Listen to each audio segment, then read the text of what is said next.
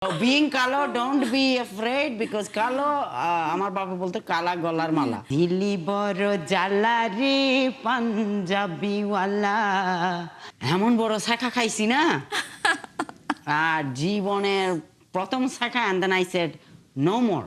দর্শক, এই মুহূর্তে আনন্দযোগের স্টুডিওতে উপস্থিত আছেন তিনি। আড্ডা হবে তার সাথে, জানবো অজানা অনেক গল্প, আর গান তো হবেই। শিরিন আপু, আপনাকে অনেক স্বাগত জানাচ্ছি। ৭১ স্টুডিওতে আপনাকে ওয়েলকাম করছি। কেমন আছেন? Thank you so much for having me. আমি অনেক ভালো। প্রথমে আমি আসসালামু আলাইকুম, নমস্কার এন্ড হ্যালো বলতে চাই সবাইকে। একটু সিলেটি ভাষায় বলে দেন কিভাবে আপনারা ওয়েলকাম করেন। আসসালামু আলাইকুম। আমি এখন ৭১ টিভিতে লাইভ, বাট ওনারা এত খেদমত করে, I have to say very very nice. আমি একদম কি বলে অ্যামেজড, সারপ্রাইজড। আমরা আপনাকে পেয়ে আজকে খুবই হ্যাপি। শিরিন আপু, আপনার কাছে একটা আক্ষেপের কথা দিয়ে শুরু করি যে আপনাকে না অনেকদিন পর পর আমরা পাই। এই যে এবারও অনেকটা গ্যাপ, প্রায় মনে হয় ৬ মাস পরে আসলেন। এই বিরতির সময়টা আসলে কোথায় আপনি ডুব দিয়ে থাকেন, কি করেন তখন? আমি তখন আসলে আমি একটা প্রাইভেট মানুষ।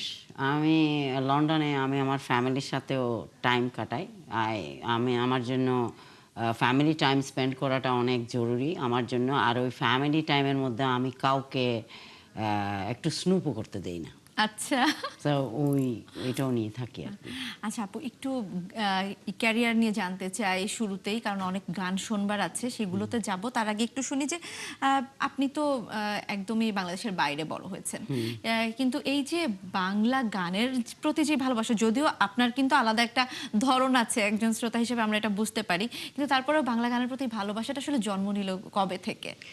এটা আসলে আমার মা বাবা চিটংগিয়ান আচ্ছা। ছিল। সো আমার জন্ম লন্ডনে আর আমার ব্রট আপ ওইখানে, আর অনেক সিলেটি কমিউনিটি ছিল আচ্ছা। ওইখানে, চিটাঙ্গা বেশি ছিল না। সো আমার মা বাবা কি করতো তখন, ওনারা লাইক ক্যাসেট বাজাইতেন। আমার বাপে আমিরুদ্দিনের গান শুনতেন, আর আমার মা এই যে আমাদের চিটাঙ্গের শেফালি ঘোষের গান শুনতেন। তো ওইখান থেকে ওইগুলো শুনে শুনে I think tune locked in, and then এমন পর্যায়ে একটা টাইম আসছিল যে ছোটবেলায় আমার মা আমাকে কিছু গান লিখে দিয়েছিল ইংলিশে। আচ্ছা, মিনিং শেফালি ঘোষের গান, কল্যাণী ঘোষের গান। সো ওইগুলা একদিন উঠে বলে যে এই গানগুলা তুমি শিখো, আই গিভ ইউ 3 মান্থস। আচ্ছা। 3 মান্থস পরে যদি তুমি আমাকে এই গানগুলা সুন্দরভাবে ডেলিভারি করতে পারো, দেন আমি তোমাকে সিঙ্গার ডাকবো আর আমি তোমার ফার্স্ট ফ্যান হয়ে যাব। আচ্ছা আচ্ছা। ওইখান থেকেও। তারপরে এই যে পাঞ্জাবিওয়ালা নিয়ে একটু গল্প করতে চাই। যে পাঞ্জাবিওয়ালা গানটা তো আপনার কাছে শুনতেও চাই, কিন্তু তার আগে এই যে গানটার সঙ্গে যুক্ত হলেন সেই গল্পটা শুনতে চাই, এবং ভেবেছিলেন যে এই গানটা এত বেশি জনপ্রিয় হবে? মানে এখন পর্যন্ত আমরা আমাদের ওই সময়টাতে আমি একদম বলতে পারি যে তখন কিন্তু বাংলা গান বিয়ে বাড়িতে চলতো না, খুবই বলিউড ট্রেন্ডের গানগুলো চলতো। কিন্তু তখনকার সময় কিন্তু এই গান দিয়েই বাংলা গানের যে পারফর্ম করা, বিয়ে বাড়ি থেকে শুরু করে সব জায়গায়, এক ধরনের কনসার্ট থেকে শুরু করে সবখানে কিন্তু এখন পর্যন্ত সমানভাবে জনপ্রিয়।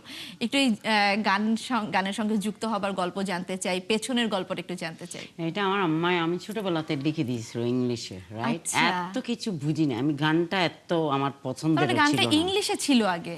না, এই যে ওই যে উনি ও ইংরেজিতে লিখে দিয়েছিল, বাংলা ইংরেজিতে তখন Bangla like, okay and then okay. প্রোনাউন্সিয়েশনও আচ্ছা। একটু বলে দিয়েছিল, বাট আমার প্রোনাউন্সিয়েশন পাঞ্জাবিওয়ালাতে আপনারা শুনছেন অনেক জঘন্য একটা প্রোনাউন্সিয়েশন। ওইটাই না আপনার একটা আলাদা ক্যাটাগরি সেট করেছে। হ্যাঁ, তো আমি তখন আম্মাই যখন লিখে দিয়েছিল ওইটা বইতে অনেক বছর ছিল। তারপরে আমি তো লন্ডনে হাবিবকে মিট করার আগে আমি বাউল আচ্ছা। কুইন ছিলাম।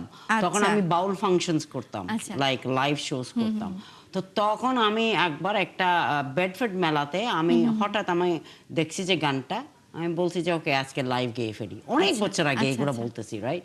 সো আমি হঠাৎ, এটা আর কারো লেখা নাই, কেউ আর গাই নাই লন্ডনে, এটা আমিও প্রথমে গাইছি লাইভে। তো তখন ওই গানটা গাইলাম আর কি। আর ওই গানটা গাওয়ার একটা কাহিনী বলি, রাইট? অবশ্যই। নাম বলবো না। সো লন্ডনে যখন আমি শোজ করতাম, অনেকে আমাকে পছন্দ করতো না কোনো কারণ ছাড়া, রাইট? পছন্দ করতো না। যখন আমি স্টেজে উঠছি তখন দেখি যে কিবোর্ড চলে গেছে আরেক দৃষ্টিতে, তবলা চলে গেছে আরেক দৃষ্টিতে, আর শিরিন এক দৃষ্টিতে। এইখানে মিনিং এমন স্কেল চেঞ্জ করা হয়েছিল, মিনিং আমাকে আমার রেপুটেশনটা নষ্ট করার জন্য, রাইট? অনেক পিপল আর সো এনভিয়াস, রাইট? কি বলবো, আমি এটা মাইন্ড করি না, আমি বলছি ওকে আমার গলাকে যেখানে নেবে, বাট আমি হলাম যে পুরা একটা আমার দম আছে কিন্তু। হ্যাঁ, হ্যাঁ, তখন অবশ্যই। আমার গান আমার গলাটা ভাঙতে পারলো না ওরা। আচ্ছা। ওরা মিনিং ওদের উদ্দেশ্যটা ছিল মিনিং আমার গলাটা ফাটাই ফেলে, বাট পুরা গানটা এমন দৃষ্টিতে নিয়ে গেছে, এমন স্কেলে নিয়ে গেছে, ওই স্কেলে আমি গেয়ে তারপর আমি স্টেজ থেকে Oh নামছি my God. আলহামদুলিল্লাহ, বিকজ আই হ্যাভ স্ট্যামিনা। আমি যেইটাও করতে চাই না ওইটা কইরা আমি ছাড়ি। না, আমরা একটু আসলে গানটা একটু শুনতে চাই, আমার দর্শক এটা বিশেষ রিকোয়েস্ট। দর্শক যদি আজকে এই গানটা আপনার কাছ থেকে না শুনতে পারি, আসলে দর্শকও খুব মন খারাপ করবে। Okay. রসিক কে তলকা জেলা ওই লাল কুর্তাওয়ালা, দিলি বড় জালা রে পাঞ্জাবিওয়ালা, দিলি বড় জালা রে পাঞ্জাবিওয়ালা, বাবরি কাটা তার চুলের বাহার, মুসকি হাসি হাসি মুখটা যে তার, বাবরি চুলওয়ালা ওই লাল কুর্তাওয়ালা, দিল্লি বড় জালা রে পাঞ্জাবিওয়ালা, দিল্লি বড় জালা রে পাঞ্জাবিওয়ালা। দারুণ দারুণ আপা, মানে খালি গলায় এত সুন্দর গান গাচ্ছেন আপনি। আর ওই গল্পের সঙ্গে আসলে যারা আপনাকে চ্যালেঞ্জ করেছিল তারা নিশ্চয়ই উত্তরটা তখন সেদিনই পেয়ে গিয়েছে। ডেফিনেটলি। আচ্ছা, এই যে পাঞ্জাবিওয়ালার গল্প শুনছিলাম, আসলে আপনার জীবনের কি পাঞ্জাবিওয়ালা আছে কোনো? তখনকার সময়ে কাউকে ভেবে কি গানটা গেয়েছিলেন যে এত মানে হাইপে উঠে গেল? হ্যাঁ ছিল, বাট কি বলবো, আমি একদম ডাইরেক্ট বলি, সত্যি কথা বলি, এমন বড় শাখা খাইছি না, আর জীবনের প্রথম শাখা, and then I said no more. আমি আমার একাই 100, আমি আমার একা জীবনও পছন্দ করি। হ্যাঁ, বাট কিন্তু আমি একটা কথা বলি, আমি কালো মানুষ পছন্দ করি বেশি। তাই? দিস ইজ না, আই লাভ ডার্ক স্কিন। না, এইটা আসলে মানে শুনে খুব ভালো লাগলো। আমার মনে হয় অনেক ছেলেরাও খুশি হয়ে গেছে। So being কালো, don't be afraid, because কালো আমার বাবা বলতো কালা গলার মালা। অবশ্যই ব্ল্যাক ডায়মন্ড, কালো হচ্ছে ব্ল্যাক ডায়মন্ড।